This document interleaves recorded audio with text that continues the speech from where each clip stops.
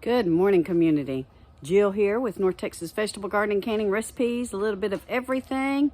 It is a brisk 45 degrees here on April the 12th. So we are a little bit cool this morning. Actually, I think it's April the 13th, and this is the last recorded day of a freeze here in North Texas. Doesn't mean we can't get one, because I've gotten one, I think, all the way around toward April the 22nd and had to replant. But we're thankful that maybe we're a little bit more safe now. And I know a lot of you who waited to plant until after Easter are probably feeling a little relief as well. My name is Jill. We are a small farm here in North Texas. If you are a new viewer this morning, we welcome you to our wonderful community. We have a great community here where we like to teach people how to grow their own food organically and regeneratively, and how to preserve it, how to cook it, and I'm going to tell you why that's very important. Stay tuned.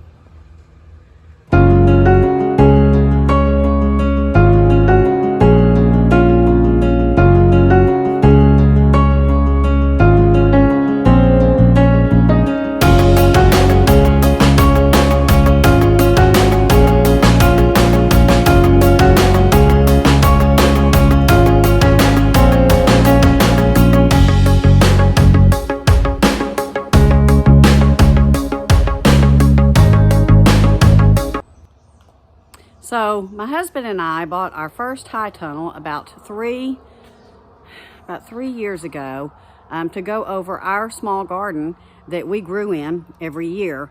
And some of the reasons, or one of the main reasons, was the weather. We were experiencing late freezes and frosts, like I just explained. We were experiencing wind damage, and we were experiencing like when it would rain heavily, then your plants start to get diseased if you don't have a way to protect them. And here in Texas, in our area, we have the black gumbo dirt, which takes forever to dry out. In the last 10 days, we have had 2 severe thunderstorms. One rolled through Monday before last with 85-mile-an-hour winds. And then we got another one day before yesterday that gave us a 60-mile-an-hour downburst. And I'm going to show you some of the damage that happened here on my plants that are outside. I planted these bush beans probably about a month ago. And you can see, even though they're in this raised bed and protected a little bit, they really took a hit with those very high winds that we had day before yesterday. So I've lost now a month on some of these because we are going to have to replant. Here are more of those bush beans that I planted in our Vigo garden, and you can see these took a hit from the high winds, and these as well. Look at that.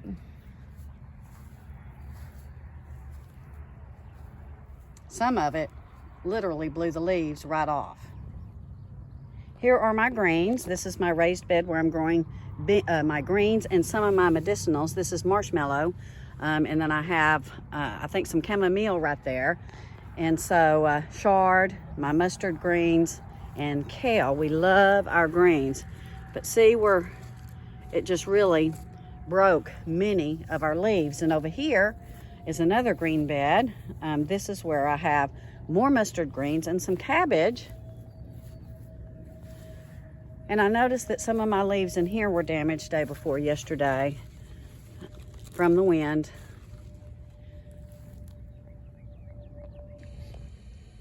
And I planted these bush beans 2 weeks ago, and they were low enough to the ground that I don't see a lot of damage, but I do see some.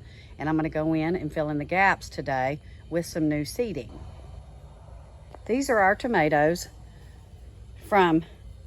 these are our tomatoes in the little high tunnel, and they are doing fantastic. You can see that we have to trellis them up because they're getting very large and they're getting very heavy. And we are already seeing little tomatoes on our plants. They're very hardy in here, and they're safe. And that's the key word I want to talk about this morning.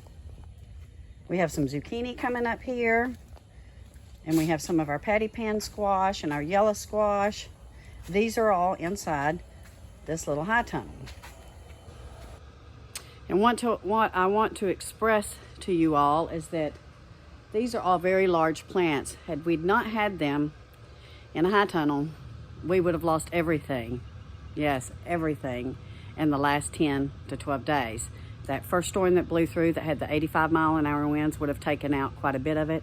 And then the 60-mile-an-hour downburst that we got day before yesterday would have finished it off. And it's not just the wind, it's also the excessive rain. El Nino did not disappoint as far as giving us lots of rain.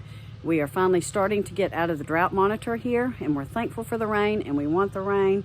But the bad thing about the rain coming all at once, and it has been coming all at once, is that your beds never have time to dry out, and that's when disease starts to set in on your tomatoes especially. That's when the molds and the black spot and all that starts to kick in.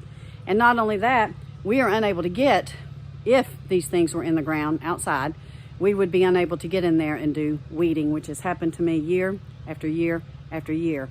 However, the weather patterns are looking, when we get, our storms are not just normal storms anymore. We don't just really have a thunderstorm. We have severe weather, and we are expecting more severe weather on Monday. And so it seems that Monday is our days for severe weather. So I know a lot of you have already planted here in North Texas and that you've planted outside in your garden. I feel your pain. My heart just broke when I thought of people who had their stuff outside during some of these severe weather events and wondering how your plants have survived. So I know that everyone cannot get a high tunnel. I get that totally. We have just been blessed, but there are some things you can get maybe to protect your plants. Number one would be container gardening, because you can control the environment a little bit better. And we do a lot of container gardening here on our farm, especially in that little high tunnel.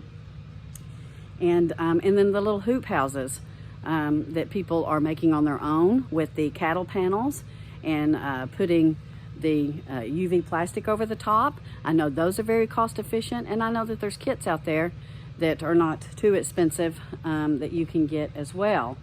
So as our weather progresses and looks to get real ugly at times, it is getting more and more difficult to grow outside here in our area in North Texas. In fact, we have that back acre that we've not even been able to plant on, and I'm very disappointed so far because it is so muddy back there that Greg cannot get the tractor back there, he cannot get the tiller back there, and we cannot get any seeds in the ground like we fully intended to do this year. Last year we planted a test crop of pumpkins to see how we would do. They did great, but guys, we've got to get stuff in like now if we plan to be successful with our garden on that back acre, and I just don't know that we're going to be able to do that. Another thing that you can do is raised bed gardening. You can also control that environment a little bit better as well, as far as being able to get in there and weed and maybe tie up your stuff if you have some stakes or some hoops around your raised bed to keep things from being blown over. You saw though in that one raised bed, well, all three of them actually, there was some damage, wind damage to bush beans that are very low to the ground, so that tells you that that wind was extremely intense. So what's coming for us in the coming months? It looks like we're going back into a La Nina pattern. So we went from a La Nina pattern to a El Nino pattern, and now we're going back to a La Nina pattern. I wished we would just have a La Normal pattern, because man, we are just all over the place trying to figure out what to plant, how successful we're going to be, how to plan.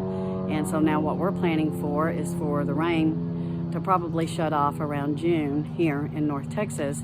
And that's another reason why we really need to get stuff on that back acre, because we want to take advantage of the rain, and because that really helps your seeds to root better and to get going and give them a head start. And then we will supplement with drip hoses from the water well. So yeah, La Nina is back on its way. We are constantly trying to adjust our planting schedule by what we see or what we think the weather's going to do, and it's getting very difficult. Again, I feel your pain, guys, for those of you that are planting outside. My best advice to you would be to try to get some sort of little hoop house to protect some of your stuff, or some kind of netting, some kind of shade cloth, so that when the winds are getting high, you can block some of it. And from hail also, you know, we're protected from hail in here to a point. We have this high tunnel, both high tunnels have the inflated Gothic roof. And Greg has gone in, and you can see a lot of the purlings up here. He has gone in and stabilized it a little bit more to sustain around 100 to 110, 105 mile an hour winds. And guys, we've tested it. Not willingly, but we've tested it. We have had some severe winds, as you know, you've seen from my weather videos in the last several years, that I'm telling you, had our plants not been protected in here, we would have lost our garden. There was one year specifically that I remember that I had some pepper plants, and pepper plants take a long time, guys, that I had some beautiful poblano peppers on it, and it was a huge plant, and we got one storm, and it wiped it out. Totally knocked the plant down and destroyed it. We tried to harvest what we could off of it, but man, we still had growing time left. We still had, our growing season was still, we had plenty of time to get a lot more, let's just say that. So I'm interested to know how you guys have fared here in Texas, and I'm interested to know, I know that Florida, you all have had some storms, in Alabama and Louisiana. I know you all have had some storms in the last week, and thinking about you, I'm wondering how you all have fared and what you're doing. What can you tell our community that you're doing to help with some of these extreme weather situations that we are starting to have every single year? We have a very busy weekend this weekend. We've got to get in here and get me some dirt ready to put my cucumbers in, and some more okra, because I've not been able to put okra in that back acre, or cucumbers, and I really need to get some in the ground. So we're gonna have to do it inside these high tunnels and try to maximize the space that we have, that we think we can keep safe. You know, I'm not gonna pray for a dry up, because we don't want it, and it's coming soon enough. I am praying that the Lord gives us a window for Greg to get out there and try to get some things planted before we go into a La Nina pattern. And a La Nina pattern here in Texas means the rain stops, we have hot weather, and then January and February, if we are still in the La Nina pattern, means extreme cold temps and possibly ice storms and snowstorms for about a week. So it's not, our weather is not something, put it this way, 90% of the time we have ideal weather here in Texas, maybe even 95% of the time we have ideal weather here in Texas, with exception to the hot summer months for your spring and your fall gardening. But we're not, right now, it's that 5 or 10% that one time, that -3 degree temperature, or that 7 degree temperature, or that one thunderstorm with the 85 mile an hour winds, or the 60 mile an hour downburst, that's all it takes to wipe you out. So for you new gardeners, grow what you can, as much as you can, and preserve it as best as you can. We do canning, we do freeze drying, we do dehydrating, and because you never know when you might not get a harvest at all. I could see that happening more and more every year as time passes by. So you need to learn to can. You need to try to get you at least a dehydrator, and learn to preserve your food and grow everything that you can, because my gosh, anything could happen. I mean, other than the weather, somebody could get sick, you could get an injury. A couple of years ago, I got a back injury, and Greg had to take care of everything, and then we both got COVID during some of the primo time that we were supposed to be out here getting things done. So if you're healthy, and if you have space, or if you have a couple of containers, or if there's a way you can build you a raised bed, I highly encourage you to do it.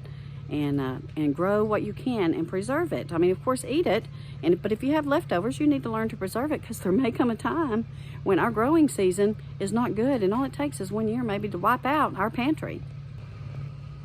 A good example of that is we didn't even have a fall garden last year, because we couldn't get our seeds going, because we were in 115 degree heat, and we just had a very difficult time getting our seed starts going. Will that be the case this year? I don't know, since we're going to be in a La Nina pattern. It very well could be. So again, we're trying to plan ahead. We're trying to see what the weather forecasts are saying, and honestly, I don't put a lot of faith in them either, because you know, they were reporting that we were going to have severe weather, I think Saturday and Sunday night, really scared a lot of people, really freaked a lot of people out. And it didn't come Saturday or Sunday or even Monday night. It happened on Wednesday. And we weren't predicting it on Wednesday. We weren't predicting a 60-mile-an-hour wind or a 60-mile-an-hour downburst. And I know one of our members, just a little south of me, got 7 inches of rain. 7 inches of rain is great in a drought, but it's very detrimental to your garden all at once. So as you're planning and you're planting, start trying to look ahead, guys, and try to find you something that can protect your tomatoes, your peppers, any of those plants that are going to grow tall, that are going to need some sort of support. Make sure that you support anything that's planted outside. So I wanted to give you guys an update on the garden and let you know how the weather has affected us. And we got so much to do, you know, because we were really counting on planting on that back acre, but now I'm gonna have to come in here and find a place to plant some of the things I was planting on back there. And so that means some soil working and finding some spots, and maybe even pulling up some of my carrots, because I need that space now, and going ahead and preserving those carrots. But we are thankful we have it. We are very blessed for these high tunnels, and we are praying for you guys.